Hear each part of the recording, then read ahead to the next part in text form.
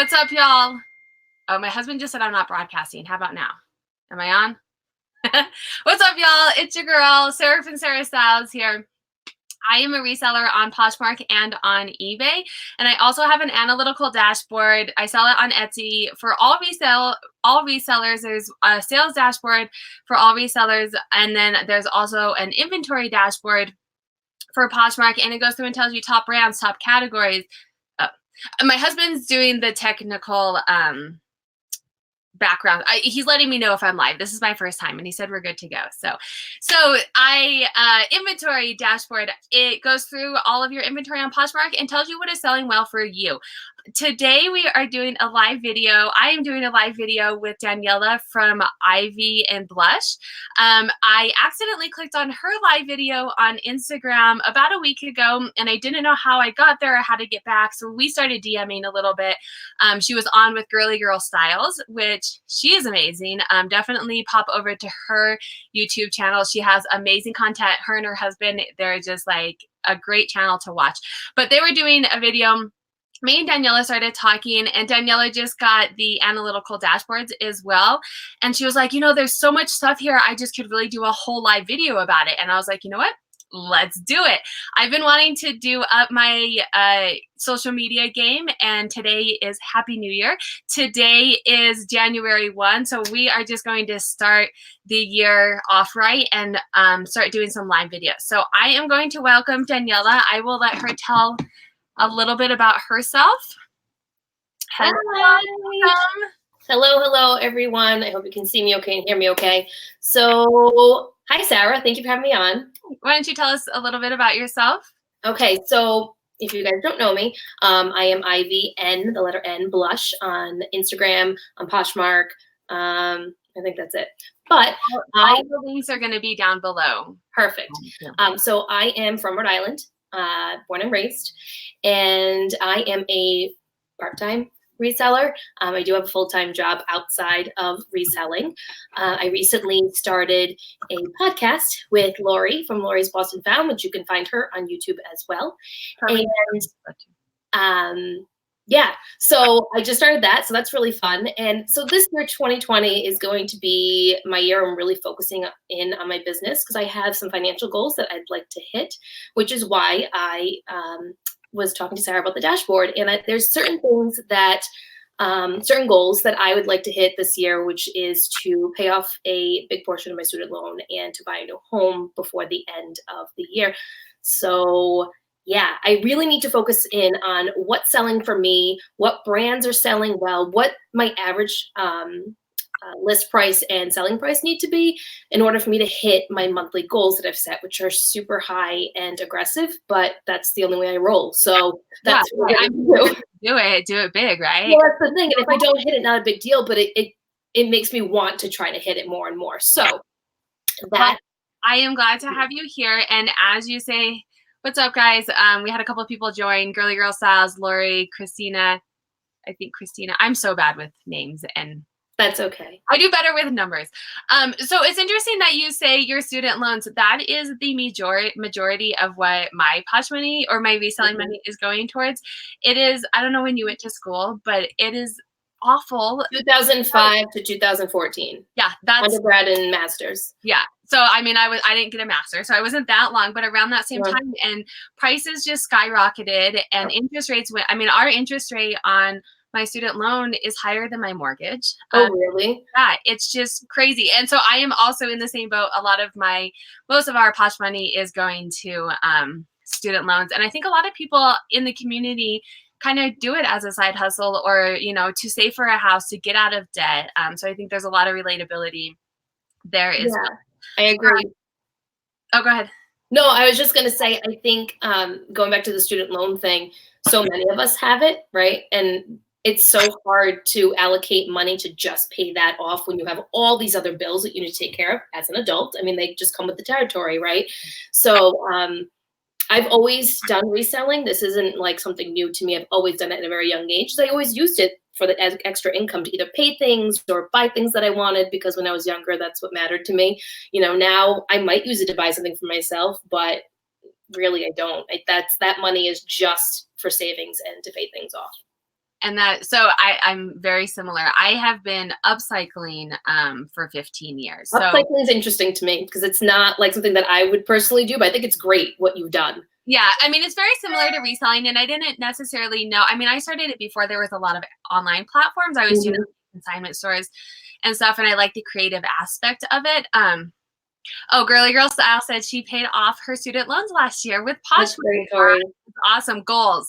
Girly Girl Style goals. So I've been doing it, but 15 years ago, you know, in my early 20s, to date myself, it was in the same boat. yeah, I mean, it was money to go out or money to buy new shoes. And now, you know, things change and it's money to pay off my student loans and maybe go on a vacation as a family and paying for, you know, those type of things instead of fun things that you do in your 20s. Right. So I do want to ask you, I think this is always fun to hear where your name comes from. Your IvyNBlush. Yeah, so it's so funny. People ask me this all the time. There's literally no meaning behind my name, except I sat down one day and I wrote down words that I liked, like words that spoke to me, words that I found interesting, words that I thought were pretty, as lame as that sounds. And I was like, okay. And I was looking at different, so I go on a website called Unsplash a lot, unsplash.com, and there's just a lot of stock photos, and they're all photographers that post their photos on there, and they're really neat, and I get inspiration from that. And sometimes not a lot, but some of my pictures that I post on Instagram come from unsplash.com, and I learned about that site when I used to work in marketing a couple years ago. Free stock photos? Yeah. So they're interesting. So like the photo that I did that it was like the iPad and I screenshot your thing. Yeah. That's where that's from. I just took that flat lay and then I took a screenshot of your page and then I just cropped it. Yeah. So anyway, great resource. Well, I'm going to write it down. If I can put it in the notes below after we do this, I will. If not, I'll try and put it somewhere for everybody. I've been looking at, I got some on Etsy, and I'm supporting local people as well, or not local, they're not local, but small business owners. I got some on eBay, but I also really like free. Yeah, so they are free. Yeah. The only thing they asked, so certain photographers will ask you just give them credit, like in your caption or anything, but which I don't mind doing if that's what they're asking, because they should get the credit that they deserve. Sometimes if I find them on Instagram, I'll just tag them in the photo too. So if they want to use it for something for promotional purposes, they can. But anyway, that's what I did. I sat on the website and I started looking. And I was like, oh, these pictures of Ivy are so pretty. And I love the color blush, and I always have. It was a part of my wedding. That was like the main color of my wedding. Yeah. So I just put IvyNBlush together and put the letter N. I was like, all right, this is a thing. Yeah, no, it works. I like it. Okay, so what platforms do you sell on? I'm on Poshmark. That's my main selling platform. I do cross-list on eBay and Tradely. Sorry. I do cross-list on there. Not everything, but certain things I think might sell better on eBay, I will put them on there. If there's certain things I think will sell better on Tradely and I can get a higher profit, then I'll sell it on there. And then I do send items to the RealReal. Like that's my new thing that I've been doing for the last couple of months when I'm outsourcing. If there's items that, not that I don't want to photograph them, but it's not worth the effort for me to list them on Poshmark because I know what I'm going to get back is not like I would get more on the RealReal, but I do a lot of research on this. Can you be specific? Like give an example, because I'm on Posh and eBay. So you don't do the RealReal, right? I don't know. I'm looking at like the RealReal or Trade. I'm interested in the other platforms. I haven't dove in. So the RealReal, here's the thing: the percentage that they take is a lot. Okay, they take anywhere from like 40 to 60%, depending on where you are in their tiered program. So it seems like a lot. Yeah. Your cost of goods has to be low. Right. Like it has to be $5 and below. It just has to be that way. You can't be sending them, unless it's your own stuff in your closet and you don't care and you don't want to list it on Poshmark and you just want to send it in, like that's fine too. You can send that. Real, I mean, it's like higher end stuff. So there's a list of designers that you can send to them. They have very specific things. If you go on their app and you press on the consign button and you select what category, if it's women's, men's, they have home items. So like, Versace and Tiffany have a lot of home items that you can send to them. And you select that, what it is. So women's, because that's usually what I sell. And then you pick from their brand list. You type in whatever brand it is. And I do this when I'm sourcing sometimes. Yeah, okay. I type in the brand, and if it's on their list and my cost of goods is low, and I'll compare the comps on Poshmark and eBay. So I'll use Sellhound sometimes, or I'll just go on Posh and I'll check comps. And if the comps aren't great on those two platforms, I check to see what they're selling for on the RealReal and what they have sold for. I can scroll down to sold. And if it's way better on there, then that's what I do. That's my deciding factor. Oh, I like so there's a process to it. It's not I just send things in. But so when I find stuff at the bins and it's luxury designer, it automatically goes to the RealReal. And that's interesting. So I was just telling my husband, I am trying to do more things and less time. I'm like, I can. Well, I'm the same way. I need to streamline. Yeah. Well, and process. One thing that I hate doing is listing. I hate listing, and I'm a reseller. That's like half our job. Yeah. I don't like listing. I don't like researching a lot, which is why I tend to do a lot of the same things because I already know about it. Mm-hmm. But it may be worth for me to spend a little, have a bigger percentage taken out if I don't have to list. So I can still be sourcing a lot, but then because I'm trying this year, I'm trying to maybe do a little bit more, hence the live video, a little bit more social media and helping the community with the dashboard and with the analytics, which means that I'm going to have to take away from the reselling aspect of it. So that's interesting. I'm glad that you brought that up. I'm going to look into that. I wrote that down. Let me put it in the comments in case people wanted to know what we were talking about. The one thing I will add with this too. So Poshmark for me has been very slow the last couple of months. Yeah, I mean, for fact, it's been very slow for a lot of people, not just me. And if it wasn't for the RealReal and me sending those items in, I wouldn't have made the money that I made the last couple of months. The major amount of my profit was from the RealReal. Do they? Hey guys, thanks for joining. Do they keep it for it's consignment? So do they keep it for so long and then send it back if it doesn't? No, so they just keep marking it down. As far as I know, they just keep marking down. ThreadUp, I think, eventually can send it to you. You can recall it and take it back, or I think they keep it.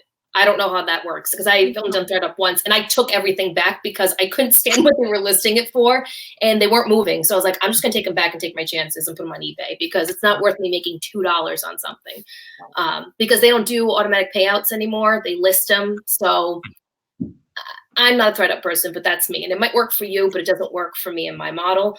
But the RealReal, you only get a deposit once a month and it's on the 15th. So you sell a month long on the 30th, 31st, whatever it is, the last day. It closes out that month. The next month starts. So today was a brand new day on the RealReal. I already made 2 sales on there. And that money, yay, it's the only 2 sales I made, but it's okay. That money sits there until the 15th and then it gets direct deposited into your account. They take all the fees and it's all. Everything gets taken out. The number you see in the top of your banner that they have, that's the amount that you're getting.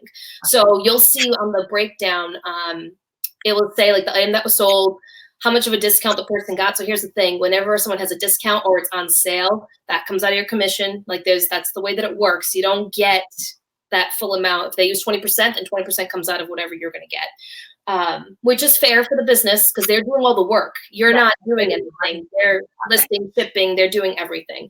The other thing with the RealReal is returns can happen, and I don't know how long the returns are for. I want to say it's 30 days or something they have to return, just like a regular store.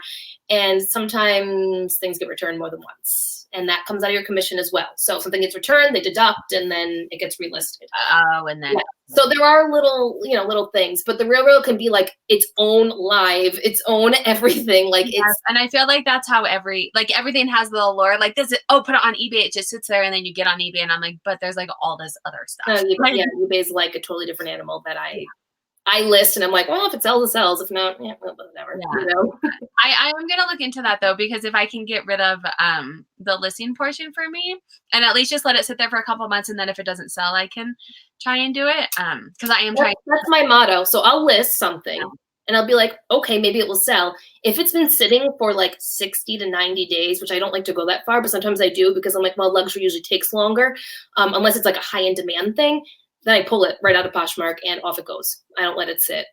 It's money just sitting. So why would I do that? Okay, so Caffeinated Christy says, I've heard some about the RealReal from watching Jack Valentine. Oh, yeah. Was I talking to you? Are you having him on your podcast? No, but that might be Leslie. Leslie had them on. Yes, So Leslie from the Resellers Fashion, she had them on. Jack and Ryan, and they're so cute, and I love them. I talk to them all the time, and Jack is actually the one who kind of motivated me to start sending things to the Real because of his videos. So if you don't check out Jack Valentine, you should. He has some really good content on the Real, and you can message him. Like he's very informative and very friendly, and he will answer all of your questions the best that he can. Obviously, answer all your questions, but. Okay, sorry, but she says Jack Valentine on YouTube, but he has such posh stuff. I never find that stuff. Yeah, but he shops mostly at the bins. So, it really depends where you are. So here in New England, we're very fortunate. I can find a lot of good brands like that. It just really depends where you are, but you can source online. So there's lots of ways that you can make this happen. You can go on ThreadUp and when they're having a sale, and there's a lot of different things that you can do to try to get those kind of products to send in. But low cost of goods, you need to remember that low cost of goods. Right, to make it. Okay, I'm gonna look into that because I'm trying to. Here I am, like I'm gonna get off platforms, and I'm like, and let me add it up. Right, I'm gonna add all of this on. But I think it could make less work if I'm not having to list it and stuff. So total tangent on the Real. I did have notes here. That was not fun, but that was great conversation. Let's see. I think we've added a lot of it. Tell me about your podcast. So you and Lori just started a podcast.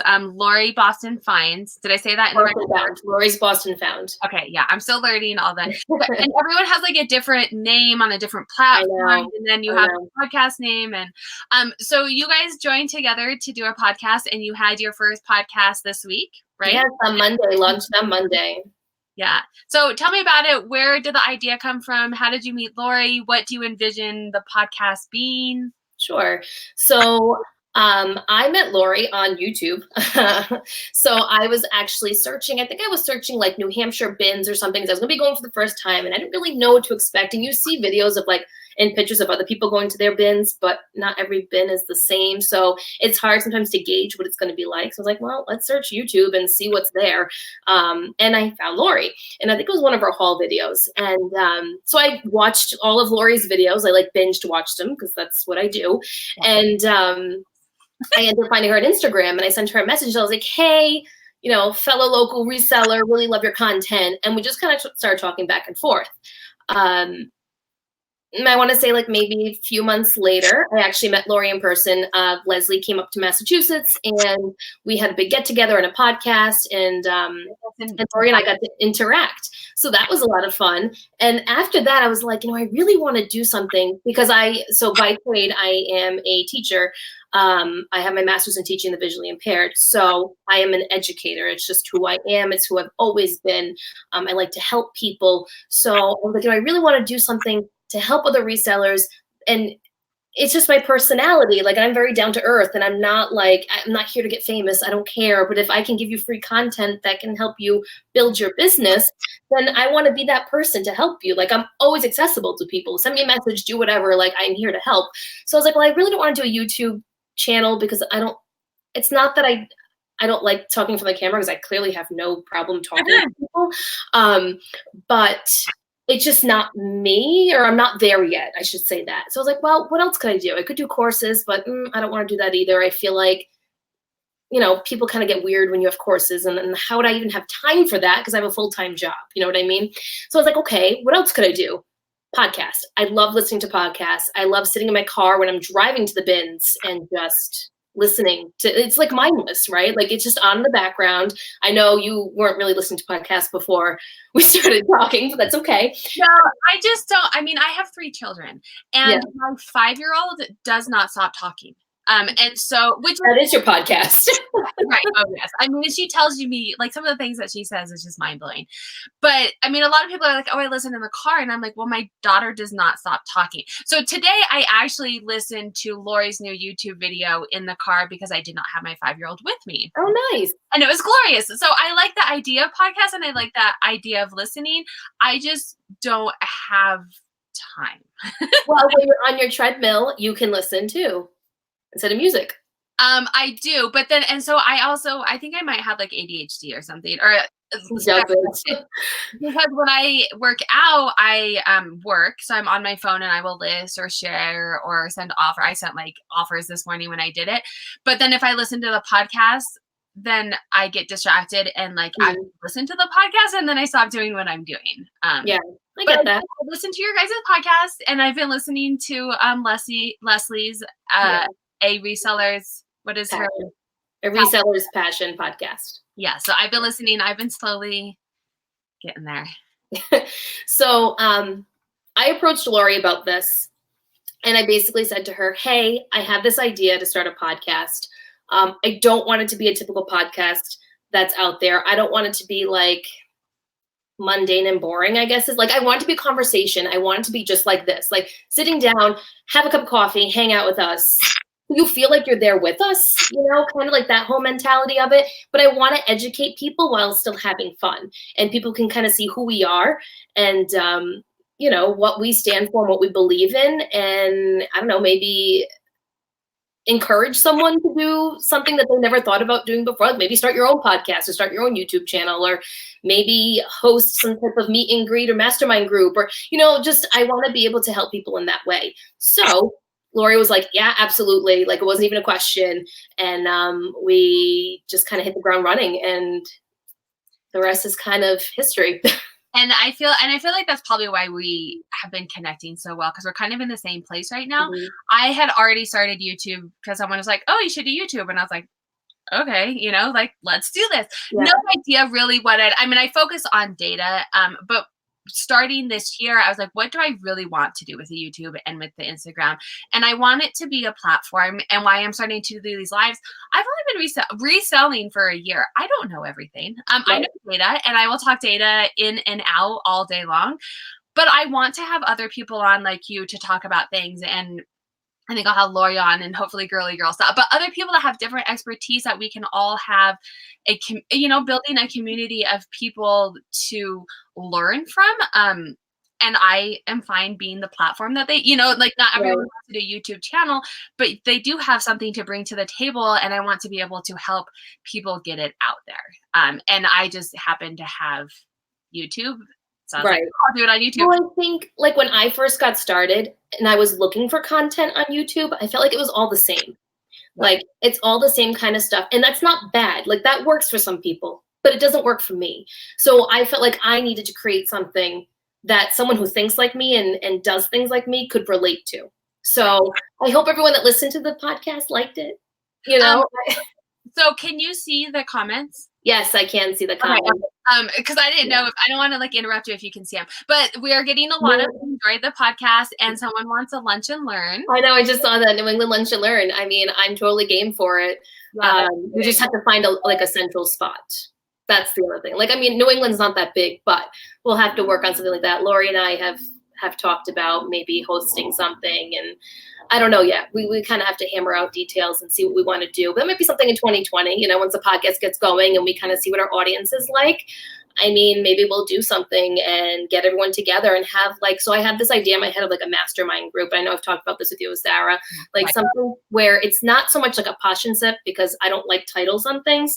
But it's literally just a bunch of people with the same ideas, the same work ethic, trying to reach a goal and kind of talking about it and working through it together and helping each other grow their business. And I am totally in that same place and have this vision, if time allows, to do the same thing. And there's so many people in different areas, and with technology, I can chat with you. Right. Which is great. Yeah. And so I've been looking into like live conferencing, like Zoom and like Google Hangouts and stuff, to have, I don't want to say passion sip either, because it wouldn't just be posh. It would be reseller and just things that it's business related, right? It's business content. Yeah. So, and I think this is where Lori and I kind of went back and forth on the name of our podcast too, when it came to like Thrifters Villa. So yes, it's meant for thrifters, but I also added in there like for resellers and entrepreneurs, because you don't have to be a reseller to listen to our stuff. Like if you are, obviously there's a lot of reseller content on there, but a lot of things that we're going to be talking about, you can apply to everything business-wise. The same with your dashboard. So, I mean, and that's kind of the benefit of looking at the overall picture. So for everybody that's watching, it sounds like we all have big things coming in 2020. Make sure to follow us on, I have the links down below for the podcast and for my Instagram. You're on my YouTube. And then, but also Lori and Daniela's Instagram are down below. So definitely follow there to see. It sounds like there's some really exciting big things coming to help this community and help everyone learn from each other, bring different skill sets. I mean, that's why I started doing this, because I kept seeing people that are like, I want to take it to the next level, but I don't know how. And I'm like, well, I look at my data. Do you do that? And they're like, well, no, and so I have this skill set that not a lot of people have, and I want to be able to help people. And now I want to take it to the next level of bringing other people on to help others. So I think a good point to say, Sarah, is Poshmark doesn't really offer a ton of analytics for us to be able to learn what is working for our business and what's not. So I know personally for me, I can create a spreadsheet, but I'm not a math and numbers person. Like, that's not my background. So it's difficult for me to sit there and create something that is as beneficial and useful as Sarah's dashboard. It would take me a long time. I'd have to sit on YouTube and like research a bunch of things and how to use certain formulas and how to create this graph and that graph. Like, that's just not my expertise. And at work, I do use Excel, but at a very basic level. Because we have like a CRM tool that does it for us, that prints everything up. We have an IT team, so it's very different at work. I don't really have to use Excel in that manner. So your dashboard has actually changed the game for me, because I don't have to worry about creating something. You've done all the work for me, and you're there to help everyone to learn how to even use the data, which I think is great. Because a lot of people will provide something, but then not really give the help that's needed to kind of understand what all of this means. So, well, and I told you this a little bit, but my husband's off today. Happy New Year's, right? But we have 3 children, and I took one kid here and he took one here. I mean, and it was 4:00, and I was like, I have not seen you all day. Like, maybe we should chat for a couple of minutes. And of course we chatted about my work. But I was telling him that I think in 2020, what I want to see, I don't want to give you a tool and like, okay, good luck, enjoy it. I want to develop this year resources. If you have, Girly Girl Style says, Sarah's dashboard is great. Just use it today. I know I saw Girly Girl Style has a new video today on her December numbers. So check that out. But I want to provide, I don't want to just give you this thing, here's numbers, figure it out. I want to show you how to use it. And I don't know what that looks like. So if you have ideas, I've thought about like webinars or classes or whatever it is to help you give the support, and not just giving you numbers with not knowing how to use them. If you do have the dashboard, you would get access to my Facebook users group as well, where we really, and Daniela has gracefully said that she would help me moderate in there to help get engagement going and kind of build this powerhouse of people who are using the dashboard and we do deep dives in there. So, you're using this and you're using this, and how are you using this, and what are you seeing? Instead of, I feel like you said, I got on YouTube when I kind of started this and was starting to look, and it was all the same content. And I was like, I want to know more. I want to know, like, it's never enough, right? Like, you come on, you're like, okay, I got this little bit, but I need so much more. But I will say, Tori, your content is great. Like, you give the people what they want to know in depth, which I think is a fantastic skill that not everyone has. I absolutely agree. I love Tori is Girly Girl Styles, just for all the different names. And she really goes in depth into running a business as a reseller. Her husband does it full time. She does it part time. And she really gets down and dirty with it and gives you some really good content. I am very glad that I found her. But I do find that a lot of, and nothing against, I mean, everyone has their different model, but one of my biggest pet peeves on social media is this sells well. Yeah. And it would, before I started the dashboard, I was like, well, what does well mean? Like, what is your model, and how much is that? And how much did you pay for it? And what does well mean?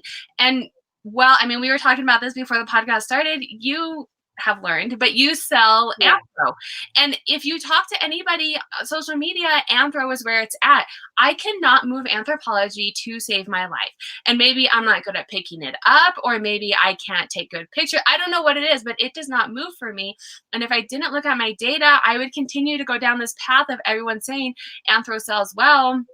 and have no idea. And that's kind of why I wanted to provide this tool, because I was using it, what works for me, because something that works for me works differently for somebody else. And Right. something that my business model is different, and I have different sourcing, and I have different all of that. If you watch my YouTube, this is you heard all of this. Iceberg. Yes, but I mean, it really is truly what I want to do. And so then I'm glad that it's working for you. So we're going to kind of go down the dashboard path now. You recently started using it last week or the beginning of this week. I can't. I want to say it was like Tuesday I reached out to you. It was either Monday or Tuesday I reached out to you because I did have some technical difficulties. Yes. So I reached out to Sarah. So she is there for help. So if you have an issue, just reach out. We had to figure out what it was.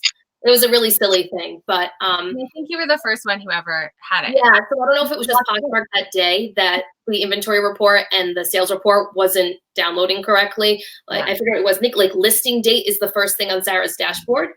And on my inventory and sales report, it wasn't coming up. It was order date. So when I put it all in, I was like, why isn't this working? Nothing was populating. Sarah came in and tried to fix the spreadsheet, and we were sharing it back and forth. And finally I looked at it, I was like, oh, listing date should be first, but my sales report doesn't show listing date. It's just showing order dates. Let me move everything over. And then it worked. But Sarah does have a YouTube video when you purchase, if you purchase the dashboard, there is a YouTube video there which walks you through step by step, and it's very easy to follow. So don't be worried about that.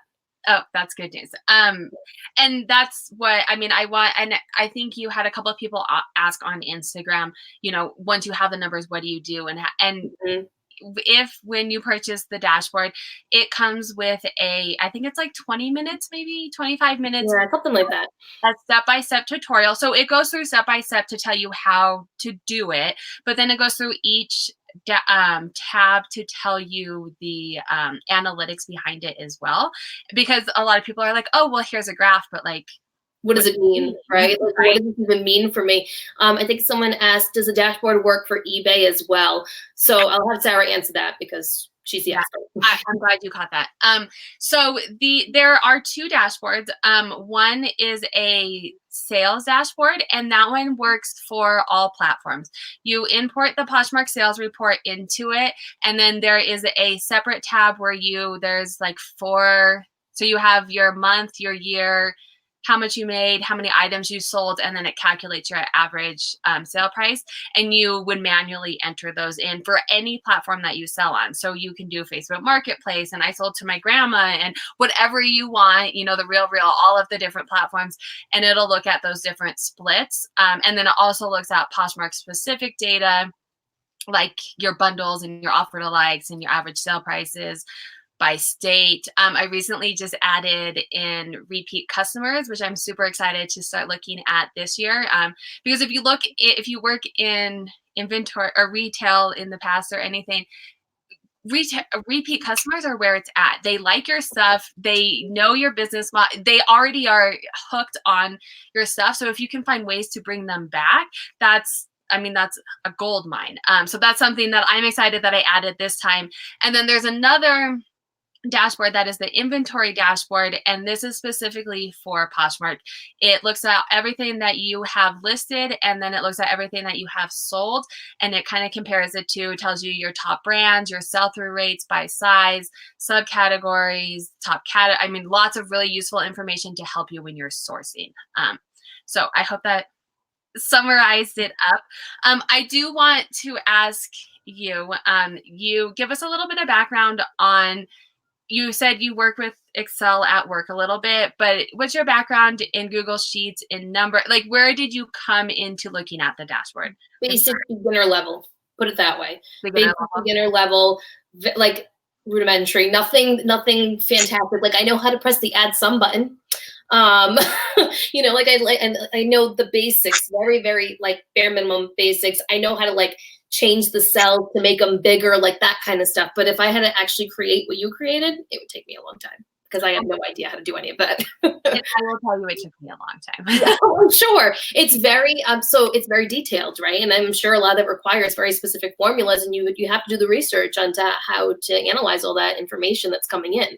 Right. So Okay, so you're kind of a beginner level. Yeah. Let's talk a little bit about what made you look into the dashboard and want to start looking at it. So I am a very organized person by nature. That's just who I am. And I keep a spreadsheet, but it's not helpful to me as to like what's selling at what price point. Like I don't keep track of it in that way. It's more of like an inventory spreadsheet for me and how long I've kept it in my closet and how much I paid for it, even though I kind of average everything out anyway. Like it's a very basic functioning spreadsheet. It's nothing crazy. One of my goals for 2020 is to understand my data more and how I can grow my business and get better at it. Not by doing less work, but by doing better work, I guess is the way to say it. Like I'm not putting as much time and effort into, okay, well, I think this will sell. Well, this is cute. I should list this. You know, like there's still going to be some of that, but I want to know what my people are buying and at what price point I'm selling things and what, like I have this number in my head that I want to sell every month. How do I get to that? And the only way for me to get to it is to really understand what's working in my business. And if I don't have analytics and data to tell me that, how am I going to figure that out? For example, this is forever going to be my example. I thought, and I say this in the podcast in episode 2, so I'm apologizing to everyone, that Free People doesn't sell for me. That is a lie because it's number 1 on my list. But crazy. I'm trying to get my camera better but we were chatting a little bit, before this, and you were like, I quit picking it up. And I cannot tell you how many times I hear, this doesn't sell well for me, I quit picking it up. And then they look at the dashboard and you're like, yeah. And so now, and like you said, like you don't want to work less, you just want to work more efficiently and that are working for you.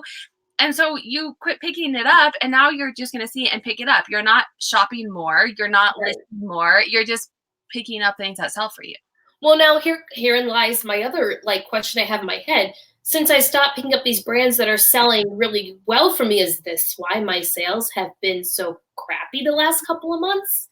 Like, is this the reason? Because I was focusing on what I thought was selling best for me, So now I'm kind of sitting back like, oh, well, maybe I kind of shot myself in the foot by not picking up what was actually working for me, Like these are the thoughts that go through my head. And these are thoughts that go through everyone's head, which is why we're chatting about it. Yeah. But data is, I love data. It's amazing, but you also can't like go down that deep, dark, like, but it's so hard. I do it too. And then I'm like, well, I should have done this and I should have. It's good to help guide you. And something that I, when I do with like my month end, what sold, I usually try and bring in the economy as well. Because there are a lot of times outside factors. There are things that we will just never know. And maybe if you picked up more anthro, you maybe would have sold a little bit more. I will tell you, every single person that I have talked to said that their December has been horrid. Yeah, I've heard that. It's been terrible across the board. Yeah. And so even if you picked up a little bit, it may not have been as bad, but I don't know that it's good to look at the data, but not to necessarily dwell on it too much to be like, oh, I should have, could have, would I, this is what happened. This is how I'm going to use it going forward. If that makes sense. Yeah. So Caffeinated Christy did say that all she finds is mall brands. That's fine. Yeah. I mean, mall brands. Fine. But then your model, and this is why, so I don't share my numbers on any of the platforms for 2 reasons. One, I see people's numbers and sometimes it makes me feel bad because then I'm comparing to them. And there's nothing wrong with people who share their numbers. I think there is value in it because then you also have like realistic expectations. But I don't want, my purpose of my social media is to help people learn what works for them. And so I want to teach you how to look at the data and not to compare to me. And so when I go through and teach you things, there's different strategies that work. And if all that you can find is mall brands, then you find the mall brands that are working for you, and you will probably be more of a quantity seller and know that and find the brands and find efficiency ways to be listing more often. There's nothing, and this is why I want to talk about the data and figuring out what works for you, because you will see a lot of hauls that are like, I found Gucci and I found Louis Vuitton, and it's like, well, cool. Like I don't. Like I'm never gonna find a Louis Vuitton. Maybe once in my entire life. Fantastic, but it's not right. But like that's not where most resellers are, right? And you have to figure out where you are and how to get to where you're going. So mall brands are fine. They sell. Yeah, I agree. If anything, they sell faster than some of the other stuff that I pick up. And I would agree. So I focus more on average sale price because of time. Mostly for me, it's time. I don't have time to be listing a lot of things. And so if I list something, I want it to sell high. But if you're selling, so my items sit a little bit longer because people aren't willing to spend $100 willy-nilly, right? But mall brands, they definitely, my lower price items definitely have lower days on hand. So I think it's important to note too, and this you'll learn on the dashboard, is Sarah's dashboard does tell you like what category of items sell the best for you. And sometimes if you don't want to necessarily look at the brands that sell, then you can look at the categories and kind of figure out there where you can input those to get that higher average sale price. Right. Okay, so let's see. Can you watch? So a lot of people are coming on the live or that are going to watch this.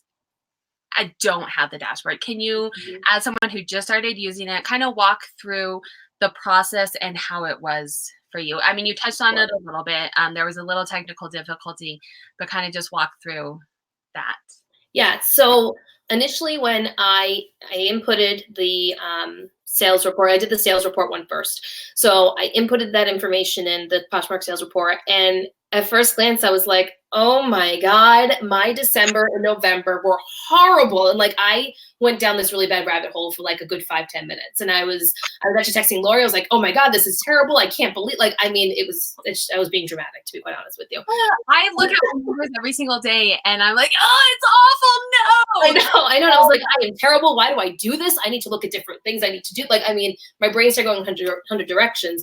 Yeah. And, anyway, then I simmered down a little bit and I actually started looking at the information and the data that was there. So because I'm a nerd, I have my little journal and all my printouts right here ready. And so this is what I did. I took my notebook and I started taking notes because this is just what I do. I literally went graph by graph, chart by chart, and wrote everything down, highlighted, and then made like a little summary section. So the first section I went through was the top grossing.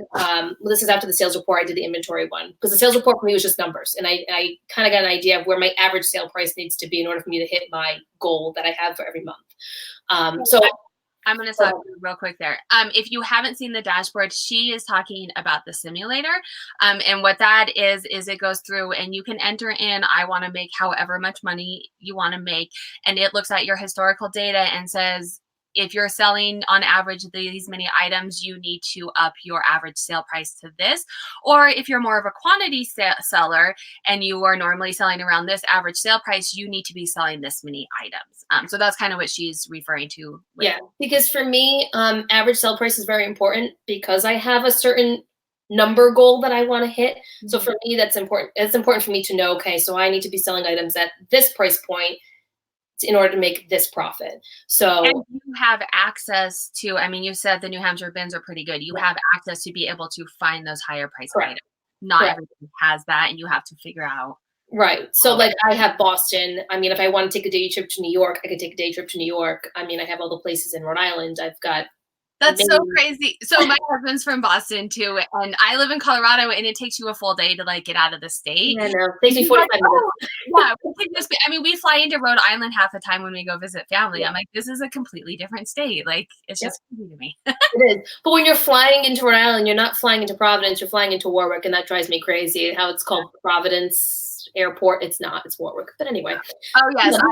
No, to me, it's so once I had that information as to what my average sale price should be in order to hit X number, right? Because I don't share numbers just like Sarah. Like, it's really not important. If I share a number, it's because, you know, like if I sell something for a really high profit, I'll share that because I feel like that could help someone. But in terms of like my personal numbers for business purposes, that's just, I personally like to keep that private as well.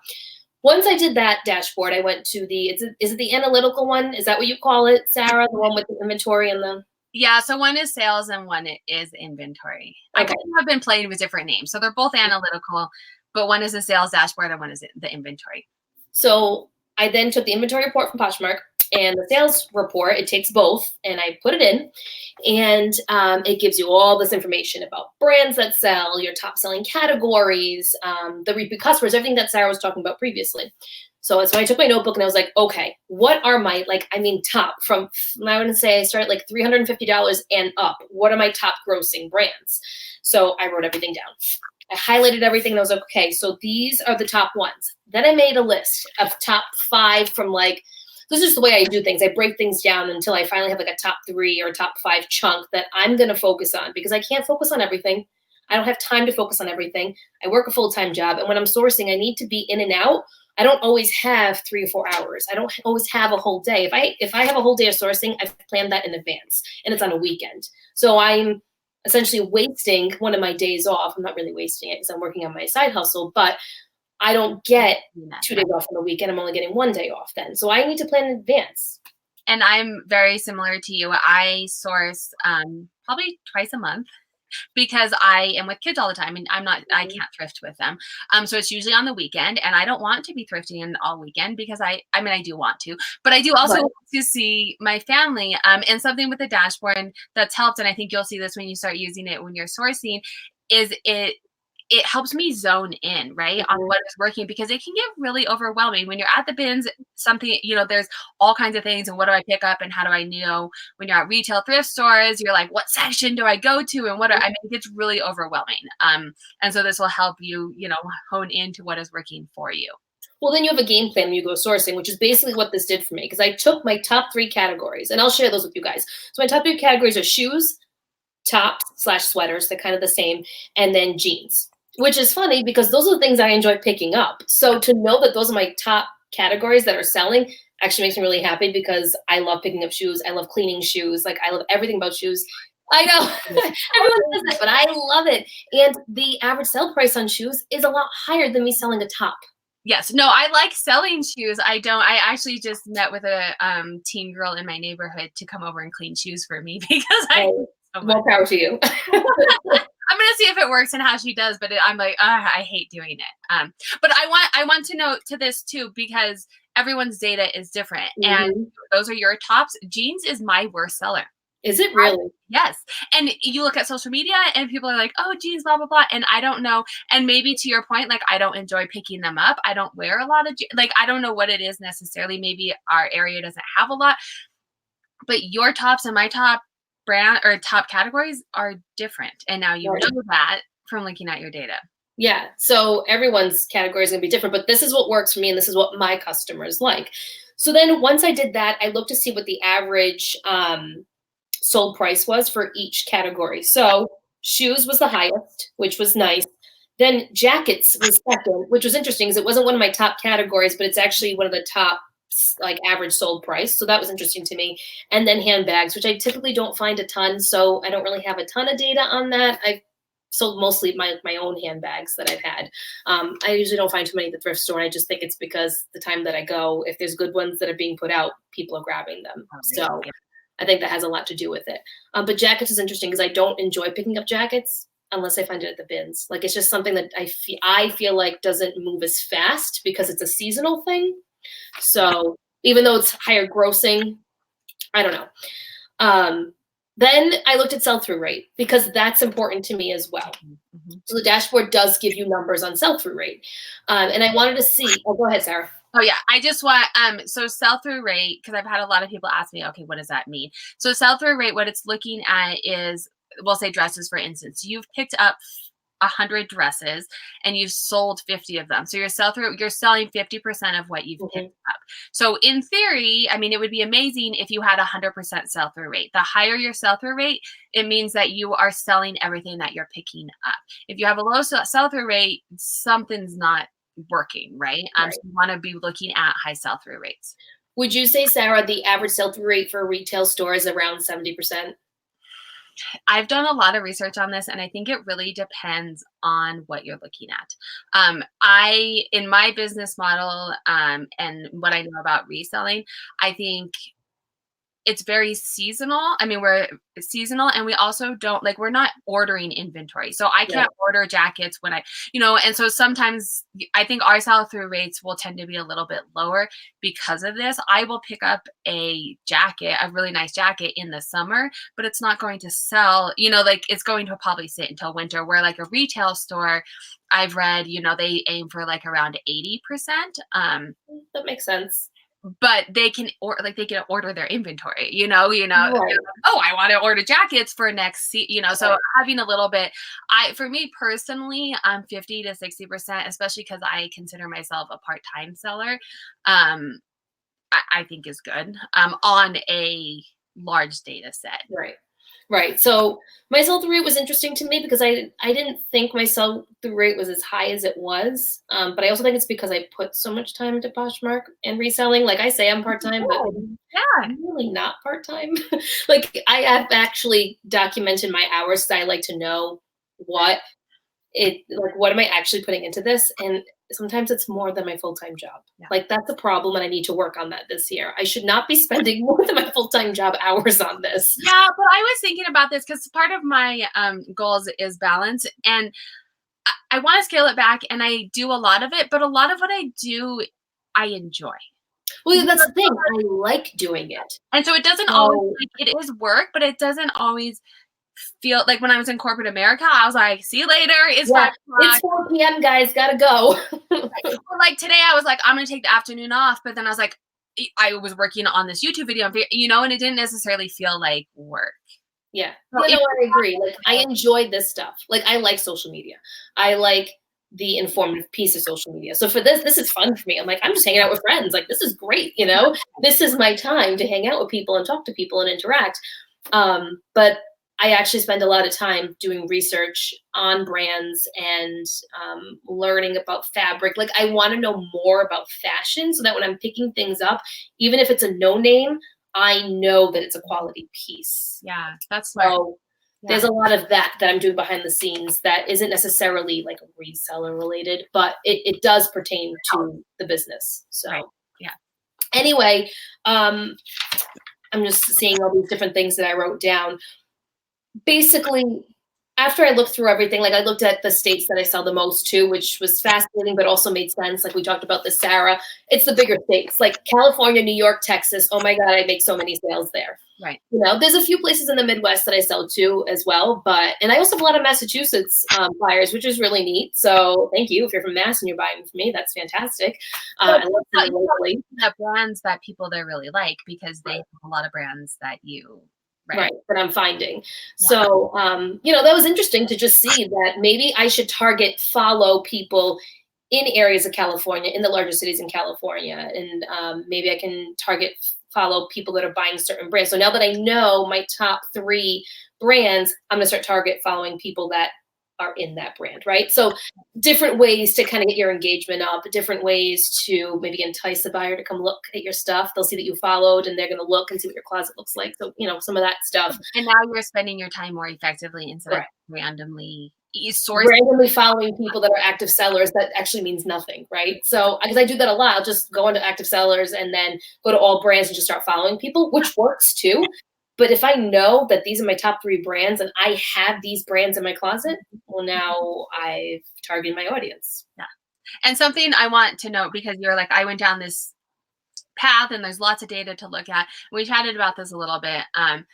I want to say rule, but it's very loose. I have an 80-20 rule. And when you're looking at data, you have all of these ideas, right? You're like, I'm going to try this and I'm going to do this. But to really get an idea of what is working for you, and it's hard, but you really only want to do like 1, maybe 2 things at a time for like 1 to 3 months, and then look and see if it's working. Because if you change too many things at one time, then you're not going to know what worked and what didn't. But it's hard because you're like, I want to try this, and I want to try this, and this, But I do want to kind of caution against trying too many things at one time, because you want to see what is actually working. Yeah. So after we had a conversation, I decided that my main focus of the first 3 months is going to be the brands and being more mindful on sourcing to pick up brands that do well for me. Yeah. I'm not just going to buy Free People Anthropology, whatever my top brands are. Like, I'm still going to pick up those other things that I'm doing anyway, but I am going to focus on the categories and the brands a little bit more, just so that my sourcing is more specified to what's working for me right now on the data that I have. Then at that 3-month point, I want to run everything again and kind of see what's changed. Are things the same? Has my average cost of goods going up? Like, what's fluctuating? What's better? What's worse? And then maybe go to my next thing that I want to work on, and maybe I need to target follow more, or maybe I need to have more return customers because that's actually really low for me. And I was kind of like, oh, I really don't have that many repeat customers. Well, what am I doing wrong? So in the Facebook group, I'm going to do the deep dive on that because I think most people is that way. And I don't think that we're doing anything wrong. I think we're not giving the tools to know. We have no knowing repeat, like we aren't giving ways to know this or to be able to reach out to our repeat customers, but now we do. So we can try things. And I wanted to note too, for people who don't have the dashboard, you purchase this one time and you can enter in your data as many times as you want, because you said you were going to do it again in 3 months. You can do it as many times, as many slices and dices, do a week, do a month, do the entire year. Sometimes I'll go in and look at specific data sets. And so it is like an ongoing fluid thing that you have forever to look at. I think someone had asked you in the comments about the dashboard and the cost of it. I think I saw that somewhere. So Sarah's running a sale. So tonight. My mouse turns off if you don't use it. So yes, so it is currently each dashboard is $35. If you buy them together, you save $5. Through the end of the day, I'm doing 50% off. So it makes it, you get both. It's basically buy one, get one free for both of them. Or you can do it, if you only want one, you can use a 50% off. Make sure to follow me on Instagram because I'm constantly doing promos and sales on there. But right now, through the end of the day, it is 50% off. Yes, which is totally worth it for the information that you're getting, in my opinion. Well, and I agree. And I feel like I'm glad to have other people on because I feel like I just say the same thing over and over again.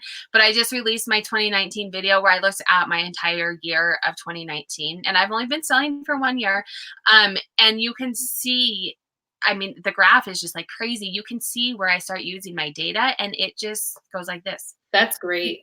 I mean, it's ridiculous because I started shopping on average sale price and really I wasn't shopping more. I wasn't shopping at different places. Right. I was just only picking up items that I knew were going to work for me, and my revenue showed it. Yeah. And I think that's the most important thing to me right now is my revenue because of the goals that I have for this year that I've set. I really need to bring my average sale price up. And I think the last couple of months, it kind of skewed my data because I was sending out so many offers to people just to get some kind of activity and get things moving. Because you get desperate, right? Like we all get desperate sometimes. I'm like, oh my God, I haven't sold anything in 3, 4, 5 days, whatever. Right. I need to get something going here. I don't think anything. Yeah, anything. Within reason. Yeah, right. You see, but I've noticed it across the board with everyone on Instagram. I feel like everyone that I follow, 50% off, 50% off, ask, send me any offer and I'm accepting anything that's reasonable. Like, so if you're struggling, you're not alone in this last few months, because I feel like everyone's been doing it. People are doing Instagram sales to try to just get inventory moving, buy, sell, trade, whatever it is. So you're not alone in the process. We're all kind of in the same boat. And I think having better data, because of our limited data we get from Poshmark, is in turn going to help you kind of turn the corner and be able to bring everything up.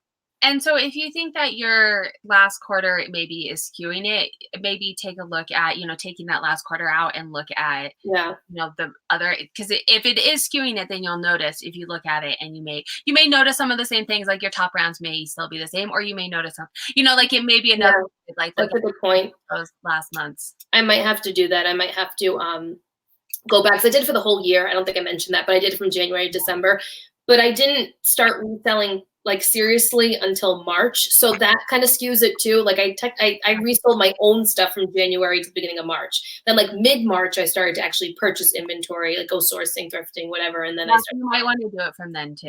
Yeah. So there's that, like, it, so I don't know if that, obviously it skews the data a little bit, but I'm curious to see my highest, I think that's what I'm going to do next, probably tonight, my highest grossing months. I want to see that data. It's funny because I was just thinking, I'm always thinking about data, but I was thinking that I want to look at my highest grossing months to see, and one was in the summer. And so I want to see. My summer was great. I don't know about everyone else, but like my summer was the highest grossing, which is crazy. Yeah. And so I want to see what was selling in the summer so I can start looking to pick things up now, because people aren't buying stuff at thrift stores now. I mean, I shop a lot of retail thrift stores just from the time perspective. And so I do have to look for, like, I don't get bins prices. And so I want to keep an eye out for summer things when other people aren't looking at them, because like last year I found a Kate Spade bathing suit that had been sitting there for like a month, and there's no way that would have still been there. Right. It's so true. Yeah. I saw someone send a 10% off coupon on their thank you note, included in their sale. I thought that was clever to get someone back to your closet. Yeah, that's a good idea. I've never done that. I just send like a general thank you so much, hope you enjoy your purchase kind of thing. So I used to include a discount code if you came back to me, and I never had, because Poshmark, you have to do a bundle, right? That's the only way that you can do codes. And I never had anyone make a bundle to do the code. Yeah. So I don't know, but I'm going to try different things now, because maybe they didn't know how, or they didn't want, so ways that they don't necessarily have to do so much work to get those discounts, or to get an idea that something that I've done in the past. So I've tried to run Instagram sales and all that kind of stuff. None of it works for me. I've never made one sale from any Instagram sale that I've posted, honestly. And maybe because my following is low on Instagram, and that's totally possible too. I don't have a big following yet, or whatever. In talking to people that do Instagram sales, I think you have to have like a ginormous following. Right.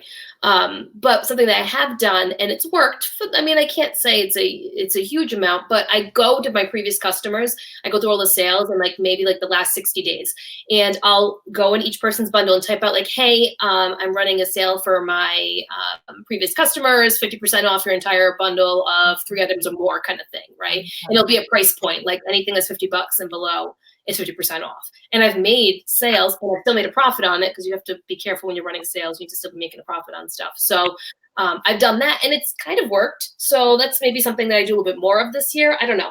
Just a thought.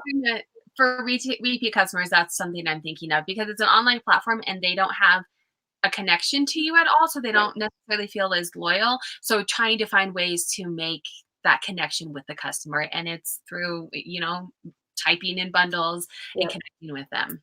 Yeah. So we are pushing an hour, and which is, we can sit here and talk all day. We really can. So my family waiting for dinner. I do have a couple more questions that I want to bring up. So let's see. We talked about your biggest surprises. I think one of them would be like your top brands not quitting picking up Anthro and Free People when it actually really sells high for you. What if you had to pick like 1 or 2 of the graphs or charts that you were like, this was money, like this is my favorite? Which ones would you say? For me, it was the top categories, because that's a game changer for me, knowing what is selling and my sell-through rate on those items. Those are the 2 things that are most important to me. And that's just how my brain works. So I know what's selling the best for me, what category is selling the best, and I know what its sell-through rate is. Well, now I can really hone in and really focus on that. So that's kind of where my brain's going right now. Once you get into that, then you can start doing like what I'm doing now, is deeper diving into those categories, and looking at my sell-through rates for sizes and for subcategories. So like I sell dresses as one of my top categories, but some of my sell-through rates for different kinds of dresses isn't great. So one thing I want to add on that, I think some of it, so my issue with Poshmark is that they don't have enough categories for certain things. I was going to touch on that too. Yeah. I think it skews data a little bit, because you can't always label something as a mini or midi or cropped or, whatever it is, or even colors. Right. Well, and so I think and I'm going to try this out. I have a lot of dresses that are minis, and I think they're not selling because people aren't searching for minis. So I'm not doing anything different, but going in and changing that category to see if the inventory that I already have is selling. And I would have never known that had I not looked deeper into the data. I think with brands too, sometimes, so like if it's Michael by Michael Kors, a lot of people don't search Michael by Michael Kors. They just search Michael Kors. So you should probably change the brand to Michael Kors, because that's what people are actually searching for. So there's like little things like that. Yeah. And that's stuff that I hadn't really considered. Or like, I have a lot of vintage Levi's, but they're men's jeans, but women wear a lot of men's vintage. Yes, they do. And they're not selling. And so I'm going to put them into the women's category and not for men's, but I would have never, I just was like, well, no one's buying my Levi's, you know? And so I'm going to try new things by looking at it. Someone just asked you a question I think you should answer, Sarah, about individually entering the Poshmark sales report, or like how that works. Yeah, so do you enter each entry individually from Poshmark sales report? No, so the Poshmark sales report is exported from Poshmark. And I will note, you have to do this, you have to edit the dashboard on a computer. Because of the way that Google Sheets works, you cannot use the macros that I had to use in the background to run all of this on a tablet or on a phone. You can view it on there, but you can't edit it. So that is one caveat. I'm tired. I can't say words. But as far as entering it, so Poshmark exports, it's a raw CSV file. Depending on what programs you have on your computer, it will import into like Numbers or Excel. And it's just a copy and paste. So whatever data you want to, hey Leslie, you want to export, or whatever, I got sidetracked. Whatever. Leslie came on, so. I know. Everyone's on say hi to Leslie. So whatever time period in Posh that you want to export, it comes out, and then you just copy and paste all of that into the dashboard. I have a video on my highlights on my Instagram of doing it step by step, and the video is probably 25 seconds long. I mean, it really is a quick and easy thing once you do it once or twice. Sometimes if you haven't done it before, you kind of want to like walk through it, you know, slowly. But once you do it, it's a quick copy and paste. It's really not time consuming, and then everything populates. You don't have to be super computer literate. Like, anyone can really do it. Just watch the video and you'll be fine. And ask me questions if you, I mean, I have people that are like, I really don't know, and I will, you know, walk you through it. Yeah. I think we touched on everything. Is there anything else so Daniela is fluent in Italian. And so I want you to say something. Yeah, if there's other questions, I mean, we can answer questions about the dashboard or about the podcast or any other general reselling questions, or if there's anything else that you wanted to touch on. But I do want you to like finish the podcast in Italian. That's so cool. Go ahead. Oh, no, go ahead. I was just going to say something very simple in Italian for everyone, and you can learn how to say Happy New Year in Italian. It's very easy. Okay. So there's two things that you can say for Happy New Year in Italian, and Maria's on here. Maria's my little Sicilian friend from Boston, so she will agree with me. So you can either say Buon anno, which is just Happy New Year, or other people also say Tanti auguri, which is like you can use it for anything, like happy birthday. You can say it for a lot of different things, and it's just like a well wish for everyone. Or you can combine them together and say Buon anno a tutti and Tanti auguri, buon anno moltissimo, just a great year, basically. Oh, it's like so pretty. I mean, yeah. So my family's from like southern areas of Italy, Caserta, which is like a mid-southern area. It's like 2 hours away from Rome and an hour away from Naples. So my dialect is very different than other people's dialects. So, but that's just a very general phrase that you can say to people. Instead of saying Happy New Year, you can say Buon anno e tanti auguri. See, and I'm not even going to try it because it's I'm awful compared to you saying it. But thank you so much for coming on. I'm not seeing for having me. Questions. Links to my Instagram and Daniela's Instagram are down below. So always feel free to reach out to us if you have questions or comments on my YouTube video. Daniela won't get notified of that. So if you want direct questions for her, definitely send her a DM on Instagram. So thanks for joining. Everyone have a happy new year and good luck with sales. Bye.